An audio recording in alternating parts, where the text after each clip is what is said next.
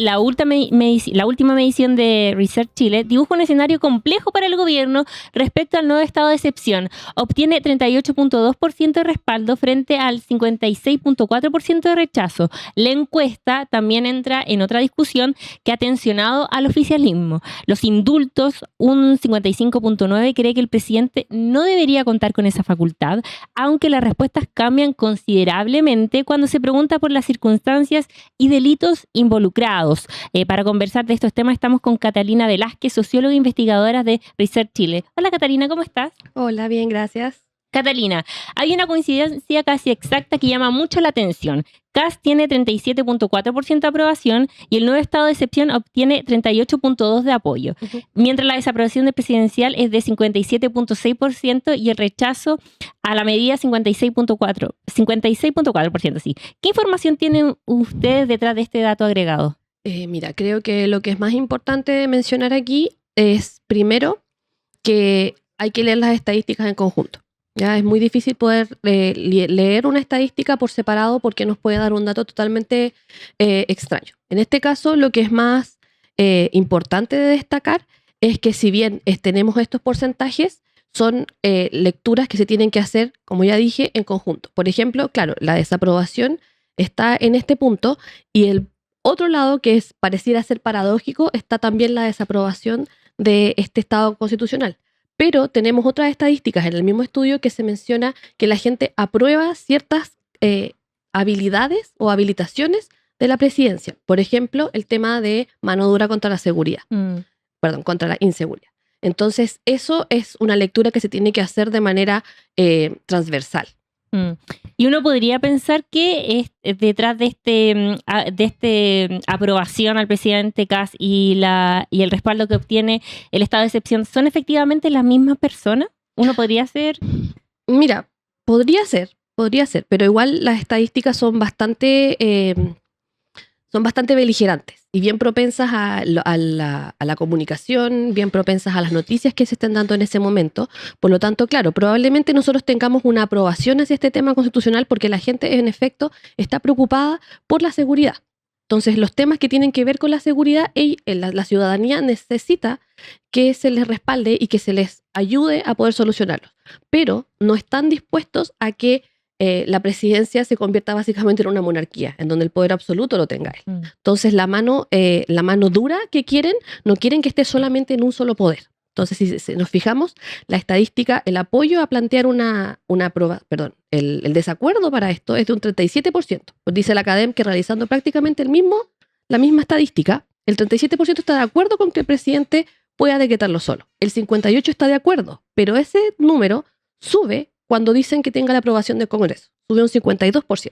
Entonces, claro, la gente quiere que haya esa seguridad, pero no quieren que solamente el presidente esté a cargo de ella, sino que haya un conglomerado de personas que estén de acuerdo a ejecutar estas políticas. Pero entonces la agenda de seguridad sigue teniendo un respaldo ciudadano. Claro, sigue teniendo un respaldo ciudadano, pero no es solamente enfocado a que el presidente esté a cargo de esto, sino que haya un grupo, como dije, de personas que estén aportando a la seguridad de la ciudadanía. Porque si vemos bien las estadísticas, no es solamente el tema de seguridad en general, es seguridad en distintos aspectos detallados.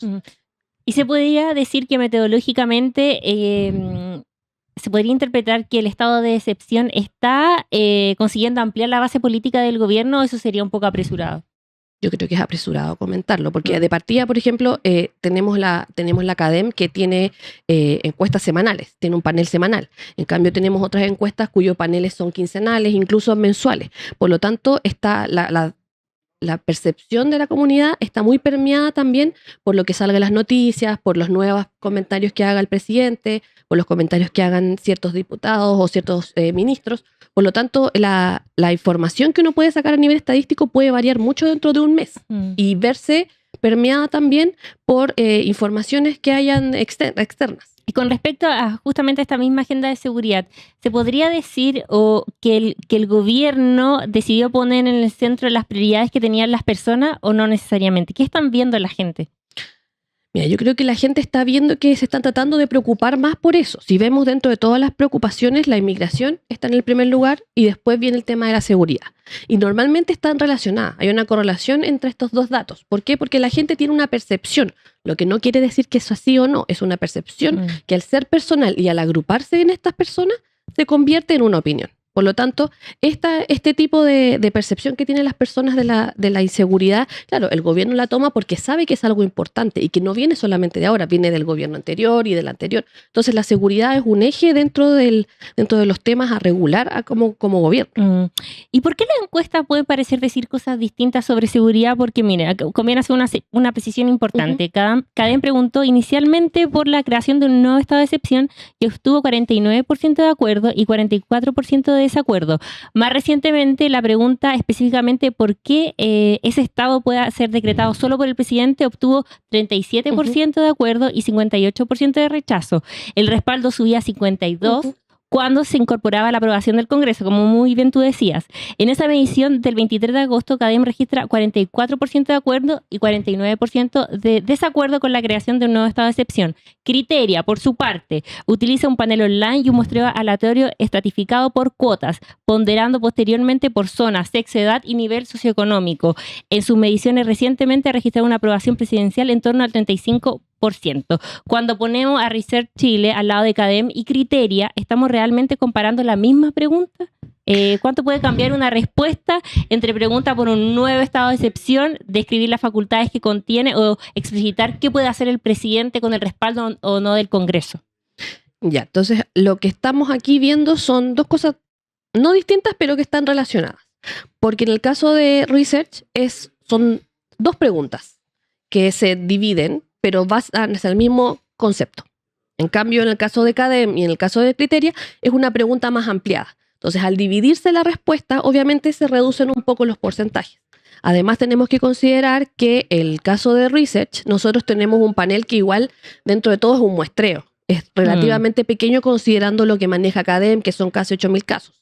En el caso de nosotros manejamos un poquito menos de 1.000. Y además de eso, la encuesta esta salió del 19 al 21.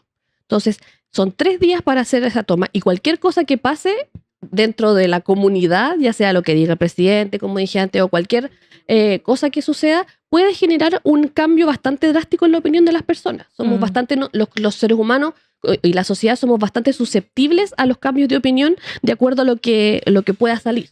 ¿Y la gente está rechazando una idea de política de seguridad dura o están haciendo una distinción más sofisticada? ¿Hay matices que uno puede encontrar? Exactamente, hay matices que son sumamente importantes. Por ejemplo, cuando se pregunta por el tema de la seguridad pública, en Research las evaluaciones negativas son principalmente en áreas súper fuertes.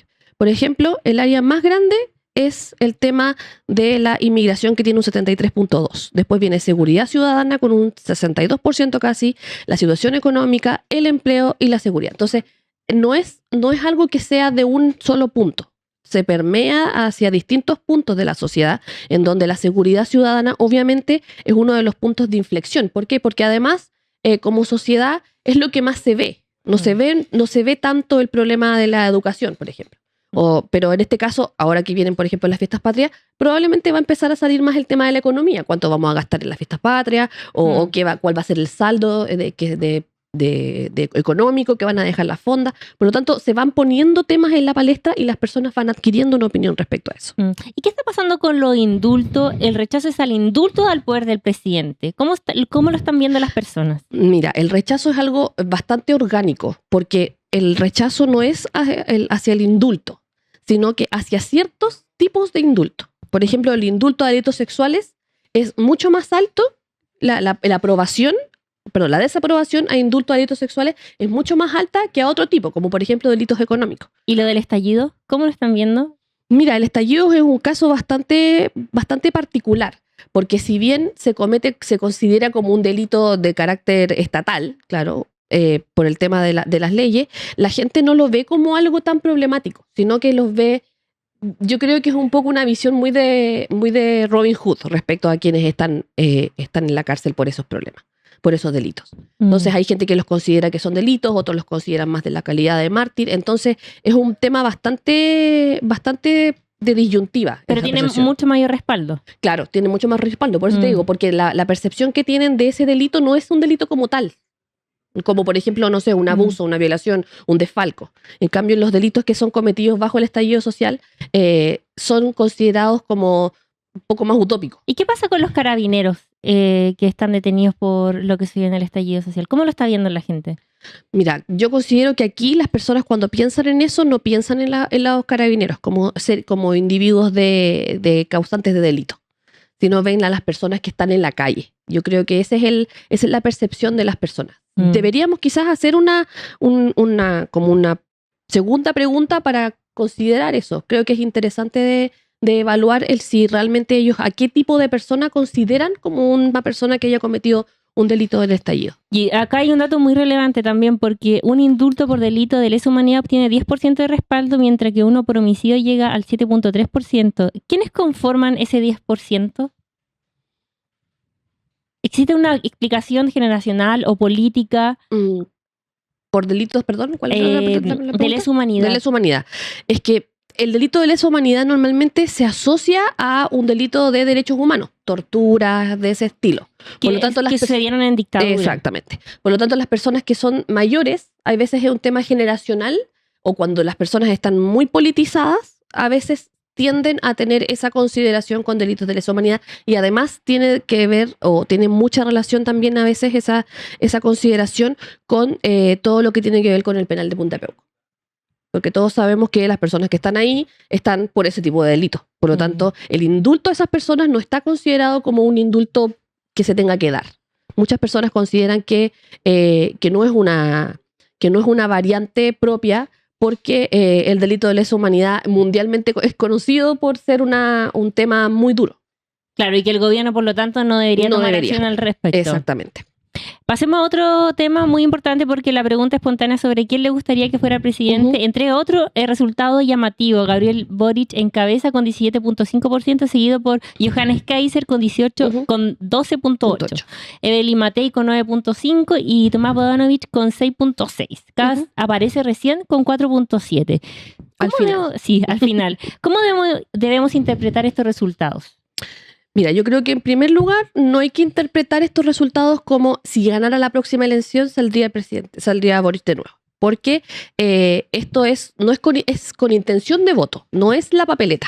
Eso es súper importante de aclarar. Entonces es una pregunta aleatoria. Si yo le pregunto, si usted por quién votaría en la próxima elección, lo primero que se le viene a la mente a la persona, eso es lo que responde.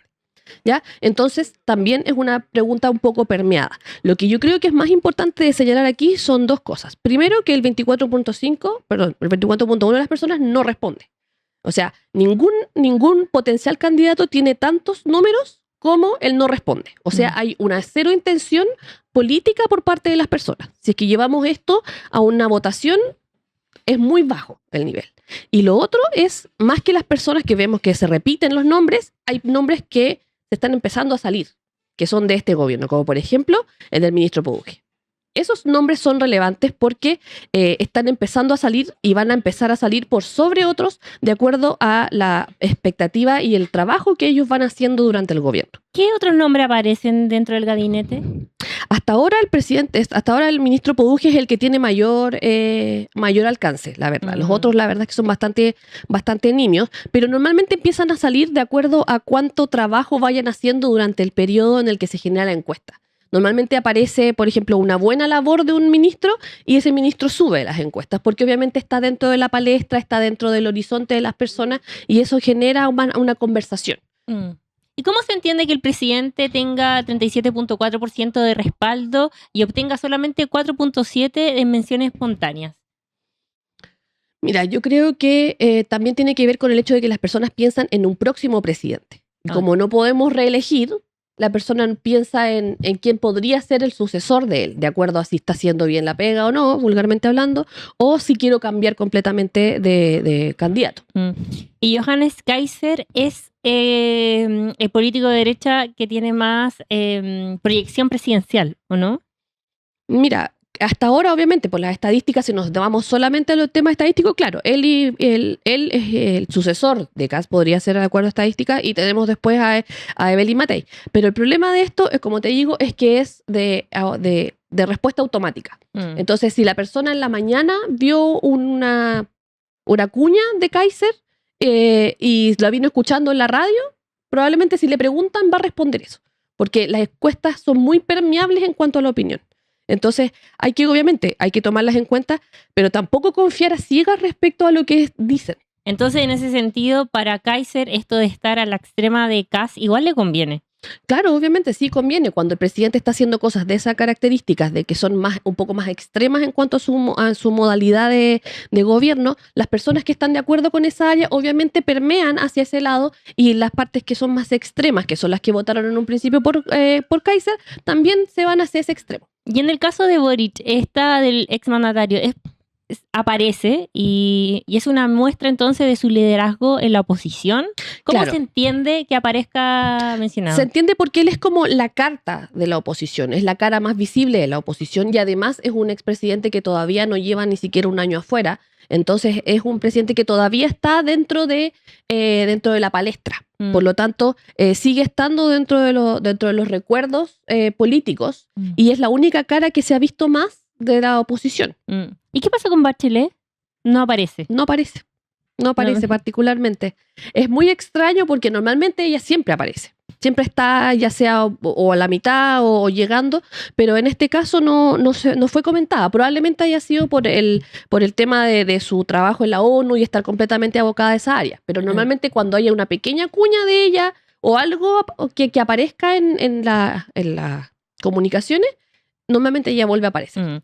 La encuesta también proyecta las próximas fiestas patrias. ¿Cómo van a ser las fiestas patrias de los chilenos? ¿Van a ser más austeras? Mira, es súper interesante aquí, sobre todo el comentario que se les hace respecto a la diferenciación entre mujeres y hombres. Las mujeres tendemos, acuerdo a las estadísticas, a ser más austeras. ¿Por qué? Porque probablemente somos nosotras las que manejamos el presupuesto familiar. Por lo tanto, eso hace que los hombres, por ejemplo, tiendan a gastar en promedio 139.000 pesos y las mujeres 105.000 pesos. Por lo tanto, esta diferenciación de gastos normalmente se deba probablemente, como te digo, a esta planificación de las fiestas patrias, y además también probablemente va a haber una reducción de ese gasto considerando que no tenemos 17 feriados.